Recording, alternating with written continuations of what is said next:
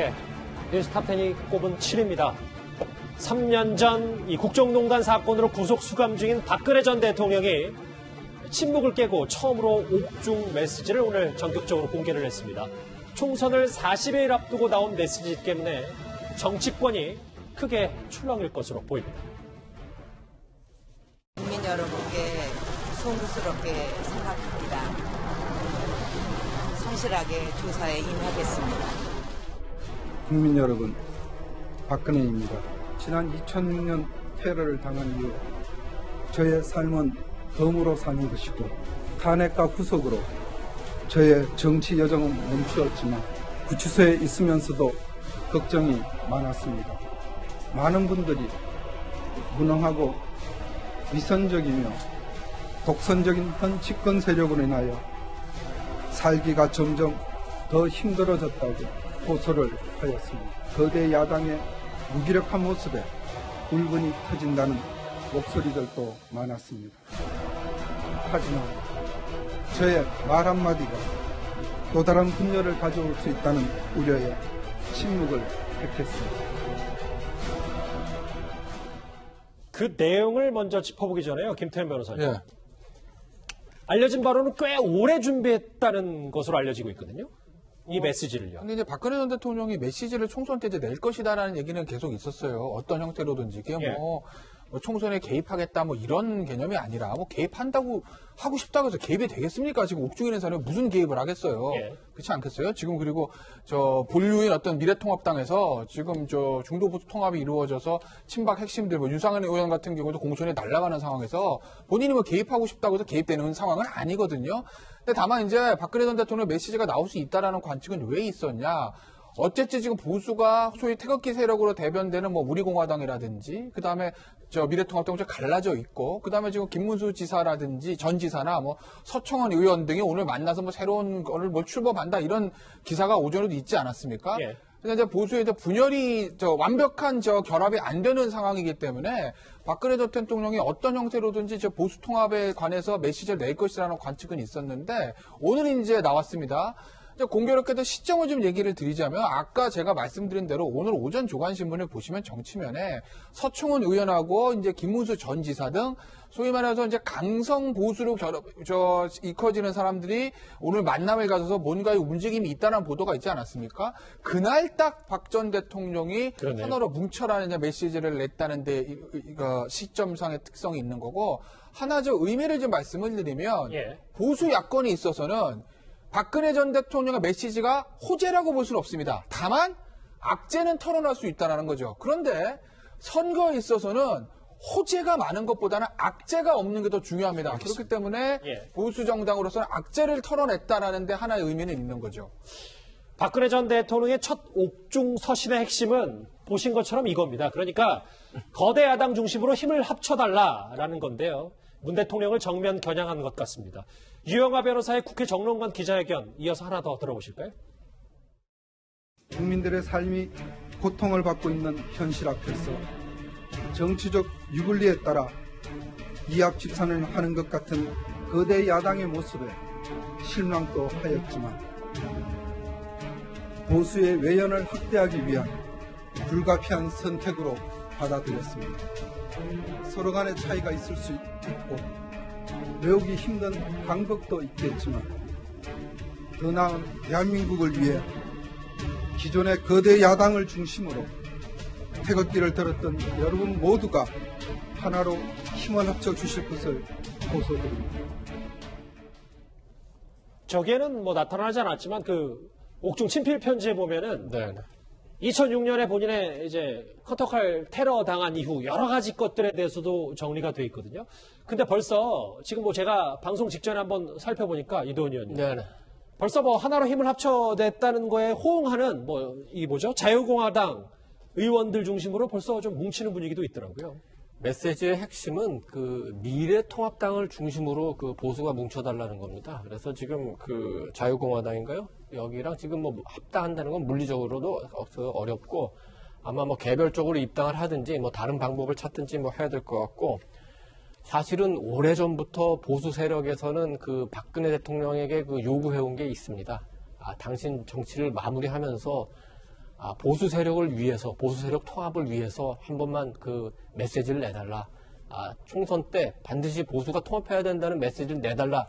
여러 번 요청했지만 한 번도 그 박근혜 대통령이 응하지 않았습니다. 그리고 측근들에 따르면은 오히려 박근혜 대통령은 이전과 생각이 달라진 게 없다. 예. 그리고 아마도 무슨 보수 세력이나 그 제1야당보다는 본인을 더 생각할 거다. 이렇게 생각을 해왔는데, 그리고 그런 반응을 보였었는데, 이번에 이제 미래통합당, 보수 제1야당을 중심으로 단합해달라고 확실한 메시지를 낸 거죠. 메시지에도 굉장히 여러 가지로 생각을 많이 한 것 같습니다. 예를 들어서 과거에 테러 당한 일도 포함을 시켰는데, 보수 세력 가운데 많은 분들이 박근혜 대통령 탄핵에 찬성을 했습니다. 그 사람은 정치적으로 박근혜 대통령에 반대하지만 그 사람들도 박근혜 대통령에게 가엾다는 생각은 갖고 있어요. 그걸 직접적으로 건드린 거죠. 어쨌든 이렇게 정치적 메시지를 냈으니까 야당도 굉장히 이제 많은 변화가 있겠지만 범여권에서도 굉장히 강하게 반발하지 않겠습니까? 지금 자막에도 좀 아까 지나갔습니다. 그렇습니다. 그러면서 사실은 그동안 코로나에 가려졌던 총선 정치가 이제 본격적으로 시작된다, 이렇게 볼 수 있겠습니다. 알겠습니다. 아까 장해찬 변호사님, 아까 김태현 변호사님이 호재 악재 얘기를 했는데, 만약 악재 중에는 그러면 앞으로 또 유승민계와 과거 이제 바른정당계와 이 태극기 세력 간에 또 내분이 있는 건 아닌지 벌써부터 이런 전망도 있더라고요. 지금 사실 이 메시지가 나온 것만을 보면 메시지 자체로는 악재라기보다는 호재에 가깝다고 봐야 되는데, 이걸 현실 정치의 정치인들이 어떻게 다루느냐에 따라 예. 보수 진영의 악재가 될 가능성도 충분하죠. 예를 들면 탄핵을 역사적 판단에 맡겨달라는 표현은 없어요. 그렇다면 박근혜 전 대통령의 통합 의지를 미래통합당에서 환영하고 받아들였을 때 탄핵의 강을 건너자고 했던 유승민계 의원들 사이에서는 반발이 나올 수 있는 것이고요. 예. 또 지금 이 자유공화당이라고 만들어지지 않았습니까? 근데 거기에 있는 조원진 의원 같은 경우는 유승민 의원이랑은 정치 같이 못하겠다 여러 차례 말했잖아요. 이분들을 통합의 틀로 감싸 안을 때 누군가는 내쳐야 되는데, 그리고 지금 미래통합당은 유승민계와 손을 잡는 선택을 했는데 이제 와서 다시 조원진 의원을 비롯해서 김문수 전 지사 등과 손을 잡을 때 파열음이 일어나지 않을 것인가, 굉장히 어려운 문제일 수밖에 없고요. 또 조원진 의원 등에서 오늘 이런 요구를 했습니다. 미래통합당을 향해서 예. 공천 작업 중지하라고 했어요. 통합을 할 건데 지금 일방적으로 공천하게 되면 통합이 되겠느냐? 이거 무슨 뜻입니까? 일부 지역구에서는 자유공화당 후보들에게 공천을 양보해달라는 뜻 아니겠습니까? 그게 선거 단일화가 되었든 무엇이 되었든 알겠습니다. 이 공천 지분 싸움으로 갈 경우에는 국민들이 이걸 감동적인 통합으로 바라보는 것이 아니라 결국 또 밥그릇 싸움 되는 거 아니냐, 이런 우려도 남아 있어서요. 예. 메시지 자체보다 메시지를 받아들이는 정치권의 어떤 태도, 그 성숙한 모습을 보수 진영의 정치권이 과연 보여줄 수 있을까가 앞으로 관건이 되겠습니다. 그래서 한쪽에서는 이제 옥중서신으로 본격적으로 다시 정치를 시작하는 거 아니냐, 기지개를 켜는 거 아니냐라는 얘기까지 나왔어요. 지금 바로 실시간으로 반영하는 저희 자막에서는 자중하고 탄핵에 대한 죗값을 치러라는 민주당 얘기와 옥중 선동 정치는 탄핵을 부인하는 거다, 부정하는 거다. 계속 있네요. 기가 찰 노릇이다.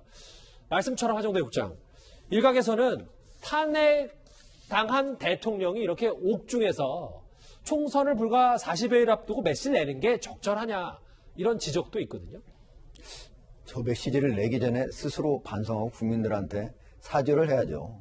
이미 대법원에서 징역 25년, 벌금도 200원이나 받는, 아직 최종 파기 환송주까지 끝난 건 아니지만 그런 상황인데 그 얘기를 먼저 하고 해야지. 지금 이미 야당 같은 경우에도 미래통합당이라고 하는 게 친박 세력하고는 좀 이제는 그런 부패, 무능한 정권하고 좀 결별을 하고 미래로 중도 세력을 좀 포함해가지고 가자고 미래통합당이라고 지금 지은 거 아니겠습니까? 예. 그런 상황에서 지금 과거에 태극기 부대까지 같이 좀 통합을 했으면 좋겠다라고 하는 그런 메시지를 내는 거는 제가 보기엔 박근혜 대통령의 의도가 뭔지는 모르겠지만 예. 그것과 상관없이 오히려 총선의 악재로 작용할 가능성이 높다. 총선의 악재예요. 예, 오히려 국민들 반응이 이거 어떻게 나오고 있습니까? 부정적인 반응이 배나 더 많이 나올 가능성이 높다고 봅니다. 예, 이도원 의원님, 그럼 네. 정리를 해볼게요.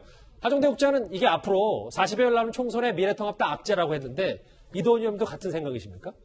2012년 대선 때 박근혜와 문재인이 맞붙었습니다. 우리 대선 역사에서 여와 야가 1대1로 붙은 거의 유일한 선거입니다. 예. 거기서 51.6대 48로 박근혜가 이겼죠.